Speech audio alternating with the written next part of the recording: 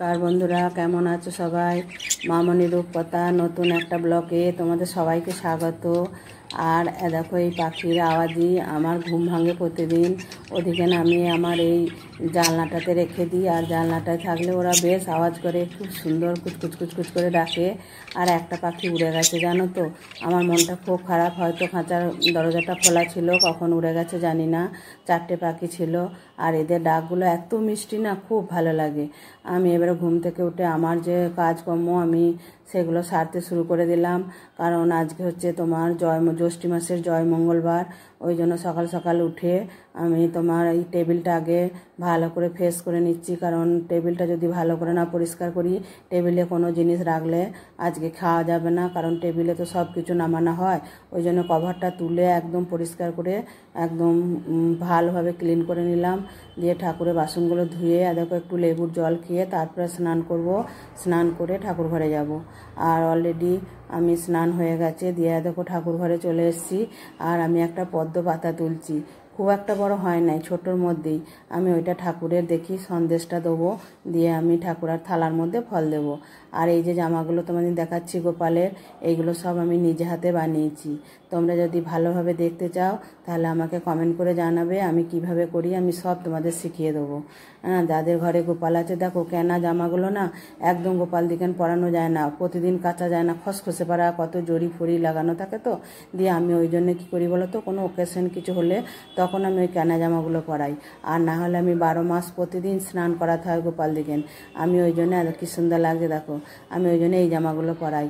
এই অল্প অল্প ছিট যখন কিছু, এই মেয়েটা ছোটো মেয়ে চুড়িদার কাটিয়েছিল, এই ছিটটা বেঁচেছিল অনেকটা, দিয়ে নিয়ে এসছে, দিয়ে সেটা আমি করেছি। আর একটা যেটা দেখালাম, ওইটা আমরা সব নাইটি কিনি, তো নাইটির হাতগুলো তো আমি লাগাই না, আমি তো হাত কাটা নাইটি পরি, সেই হাতগুলো নতুন থাকে, আমি সেইগুলো দিয়ে করি। দেখছো দুটো গোপালকে আমি আজকে মঙ্গলবার নতুন জামা পরিয়ে দিলাম। আর আমি কিভাবে পুজোটা করছি তোমরা দেখো, কারণ আজকে হচ্ছে মঙ্গলবার। মঙ্গলবারে তোমার আমাদের পানের মতো ওই কলা পাতার ভেতরে 7টা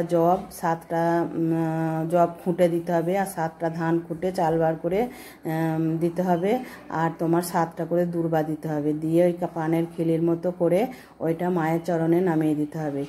এটাই হচ্ছে মেন পুজো আজকে।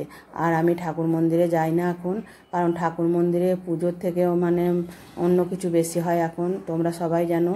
আর যারা ঈশ্বর বিশ্বাসী তারা ভালোভাবেই জানো। হ্যাঁ, তা বলে কি মন্দিরে যাব না? নিশ্চয়ই যাব। মন্দিরে গিয়ে মাকে প্রণাম করে দর্শন করে আসবো। আর আমি ঘরে মায়ের কাছে সব কিছু পুজো নামিয়ে দিই। আমি মাকে বলি, মা তুমি এবারে বুঝে নাও, আমি তোমার পুজো কী করে করতে হয় জানি না, আমার মনের ভক্তি দিয়ে আর আমার ভালোবাসা দিয়ে তোমার পুজো করি। তুমি এবারে যেভাবে নেওয়ার ইচ্ছা তুমি সেইভাবে নাও। তোমার ভক্ত তোমাকে মা বলে যখন ডাকছে, তুমি সেই মা বলে ডাকাতে সাড়া দিও, আর কিছু তোমার কাছে চাই না। দেখো আমি ফল টল সব নিয়ে এসেছি, আর আমি গোটা ফল দিই, পুজো দিই। আমি মন্দিরে গেলেও গোটা ফল দিই, বাড়িতে এলেও গোটা ফল দিই, কখন প্রসাদ খাবে তার নাই ঠিক। ওই জন্যে আমি ফল কেটে কোনো দিন দিই না। আর যে পদ্ম পাতাটা তুলে নিয়ে এলাম দেখলে তো, ওই পদ্ম পাতাটাতে আমি ওই সন্দেশগুলো দিয়েছি। কি সুন্দর লাগছে না? তলায় অবশ্য একটা ডিশ দিয়েছি, যে শুধু পদ্ম পাতার ওপর দিয়েছি তা না, আমি তলায় একটা ডিশ দিয়েছি।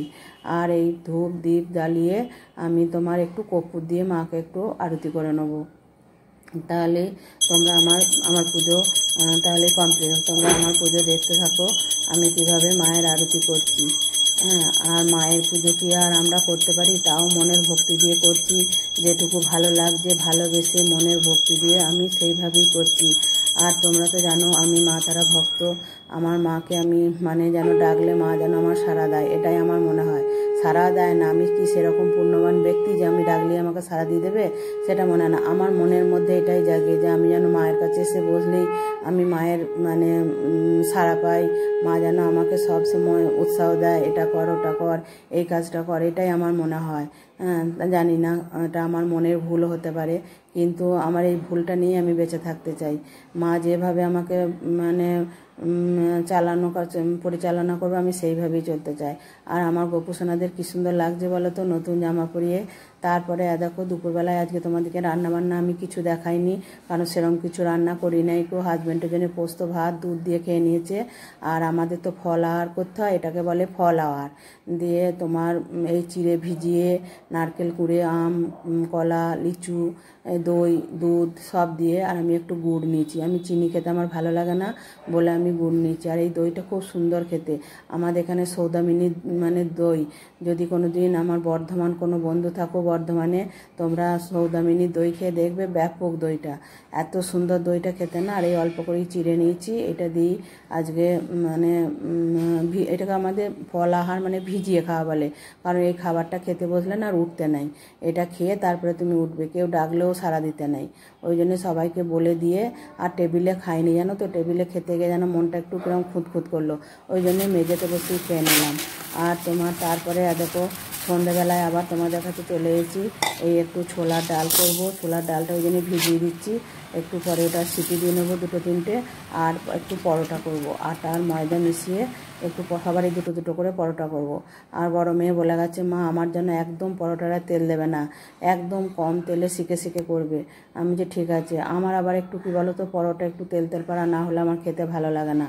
আর দেখো ডালটা ভিজিয়ে রেখেছিলাম, দিয়ে ভিজিয়ে রেখে ধুয়ে এই 2-3টে সিটি দিয়ে নেবো। একটু তেলও দিয়ে দিলাম, দিয়ে তোমার নাহলে তো আবার ভর ভর করে চারিদিকে বেরিয়ে যাবে, ওই জন্য সিটি দিয়ে নেবো। দিয়ে সিটি দিয়ে নিয়ে ডালটাকে ফোড়ন খোলার পর ফোড়ন দেবো। আর আমি দেখো এধারে আটাতে আর ময়দাতে নিয়ে নিয়েছি আগে, দিয়ে অল্প একটু ময়ান দিয়েছি, বেশি দিয়ে নয়, 1 চামচ মতো তেল দিয়েছি, একটু লবণ দিয়েছি। দিয়ে এই আটাটাকে আমি কুসুম কুসুম গরম জল করে নিয়েছি। কুসুম কুসুম গরম জলে তুমি আটা ময়দা মাখলে তোমরা দেখবে সেই জিনিসটা এত নরম হয় না, খেতে খুব সুস্বাদু হয় আমার মনে হয়। আর নরম হয় খুব সুন্দর, আর তা খুব তাড়াতাড়ি মাখা হয়ে যায়। এটা একটু রেস্টে রেখে দিয়ে 1/2 ঘন্টার মতো রেখে দিয়ে দেখো আমি নই কেটে নিয়ে এবারে পরোটার আকারে বেলে নেবো। আর আমি কিভাবে পরোটা বেলি তোমরা দেখো, আমি কিন্তু ওই 3 ভাঁজ করে পরোটা বেলি না, আমি একবারেই বেলে নিই। আর এটা আমার পাশে, আমার যখন যেখানে শ্বশুরবাড়ি ছিল সেই শ্বশুরবাড়ির পাশের বাড়ির এক জায়ের কাছে শিখেছিলাম। আর দেখো পরোটাগুলো তাহলে এবারে শিখে নিই চলো।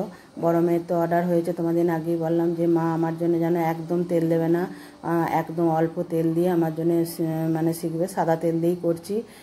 হাজব্যান্ড আবার মানে পরোটা সর্ষের তেল দিয়ে খেতে বেশি ভালোবাসে। আমি বললাম না, সর্ষের তেল দিয়ে আজ খেতে হবে না, সাদা তেল দিয়েই খাও। দিয়ে এই সাদা তেল দিয়েই করছি। অলরেডি আমার পরোটা দেখো হয়েই গেছে সবাই। আর এবারে ডালটা আমি ফোড়ন দেবো। আর পরোটা করতে না ভীষণ দেরি হয় জানো তো, কারণ ওটা তো শিখে শিখে করতে হয় ধরো। আর ভালো যদি সেকা না হয় না, পরোটাগুলো দেখবে মানে কাঁচা কাঁচা থেকে যায় ভেতরে। ওই জন্য আমি ভালো করে টিপে টিপে আর খুন্তির ডগে করে দিয়ে আমি ভালো করে শিখে নিয়ে অল্প দেখো 1 চামচ তেল দিলাম, তেল দিয়ে আমি এরকমভাবে আমি করে নিলাম। আর পরোটা বলো লুচি বলো বেশি খাওয়া তো ঠিক না। আর এবারে আমি ডালটা ফোড়ন দিয়ে নেবো। আর দেখো ডালটা আমি একটু জিরে ফোড়ন দিলাম, লঙ্কা তেজপাতা আর হলুদ গুঁড়ো দিয়ে দিলাম। আর ডালটা খুব ভালো সিদ্ধ হয়েছে। দিয়ে দেখো আমি একটু আলুর দমের মশলা দিলাম। আলুর দমের মশলা দিলে না খেতে খুব ভালো লাগে। আমি নারকেলও আছে দিতে পারতাম, কিন্তু আমার হাজব্যান্ড খাবে না বলে আমি নারকেল দিলাম না। আর দেখো আমি এইভাবেই ডালটা করলাম, হয়ে গেছে। আমি এবার ডালটা ঢেলে নিয়ে সবাইকে আমি খেতে দিয়ে দেবো, কারণ সবাই অলরেডি চলে এসছে। এখন বাজছে তোমার রাত 10টা। আজকে আমরা 10টার সময় খেয়ে নিচ্ছি, না অন্যান্য দিন 10টা 10-15 হয়ে যায়, কারণ আজকে আমি সন্ধ্যাবেলায় একটুও বসি নাই, আমি খাবারগুলোই বানিয়ে নিচ্ছিলাম। আর প্রচণ্ড গরম গো, প্রচণ্ড গরম। চলো তাহলে সবাইকে আমি খাবারটা বেড়ে দিই, দিয়ে তারপরে আমিও খেয়ে নিই। খেয়ে নিয়ে আমি একটু স্নান টান করে তারপরে আমি রাতে শুতে যাব। তাহলে এইখানে আমার ভিডিওটা শেষ করছি। তোমরা ভালো থাকবে, সুস্থ থাকবে, টাটা।